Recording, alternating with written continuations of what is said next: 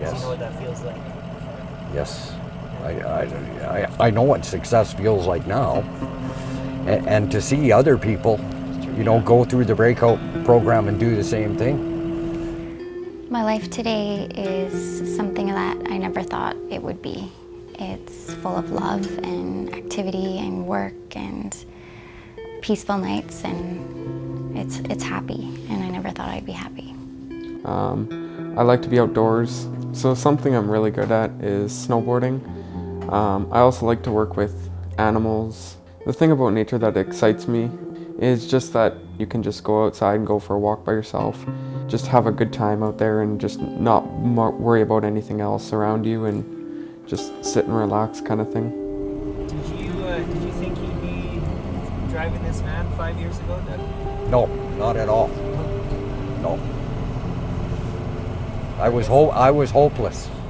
The anxiety that would run through my body if I only had a half a bottle of vodka left was torture. So I lived with my dad for a little bit, and then I lived with my mom, and I got to know different kinds of drugs through her because she thought that we weren't good enough for her, and so that she had to go do drugs with her boyfriends or whatever and just leave us up to it.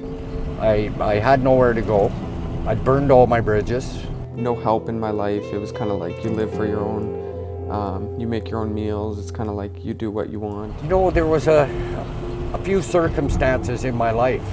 They all happened at the same time, and I thought I was dealing with them, and I wasn't. How did I go from being this popular, fun party girl to in a mental institution with cuts up my arm and locked in a ward for 30 days and not allowed to leave? What's happening to me? I need to change. I'd get pretty hammered some days, and I wouldn't know where I woke up. I'd be shocked some of the places I woke up. I just would drink to stay asleep, to try and pass out, to try and die. How I got past that was I'd go to the Hope Meal once in a while for a meal, and they were always kind and friendly to me.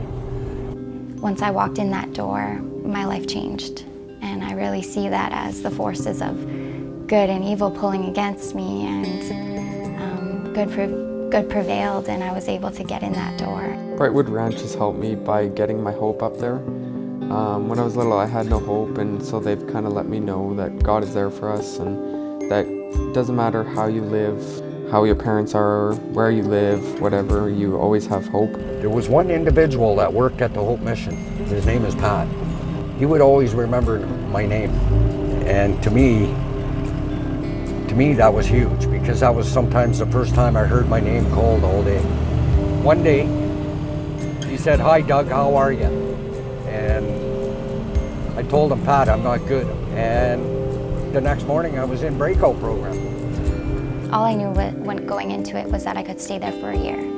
I had my own room and my own space, and we got to go out to the farm at Bethany Homes once a week and grow a garden, which is something I remember planting flowers as a kid with my dad. So Hope Mission's Brightwood Ranch is really amazing. We do zip lining for the older kids, we do rock climbing.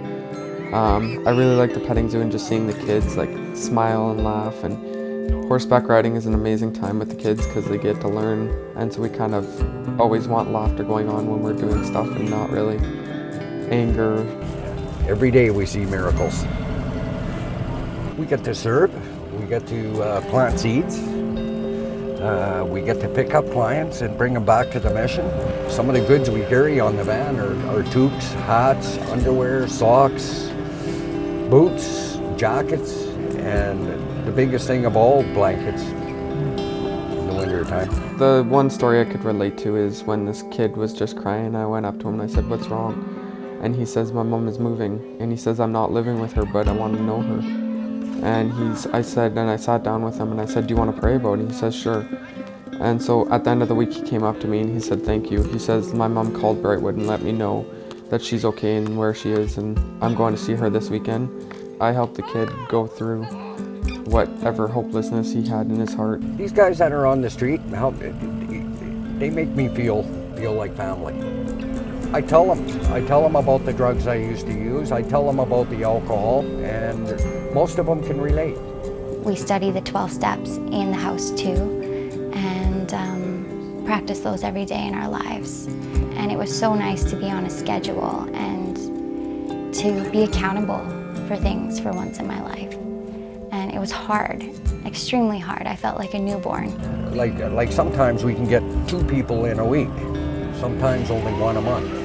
And even to get that 1 person in a month is very fulfilling on the van. So it keeps you going? Yes.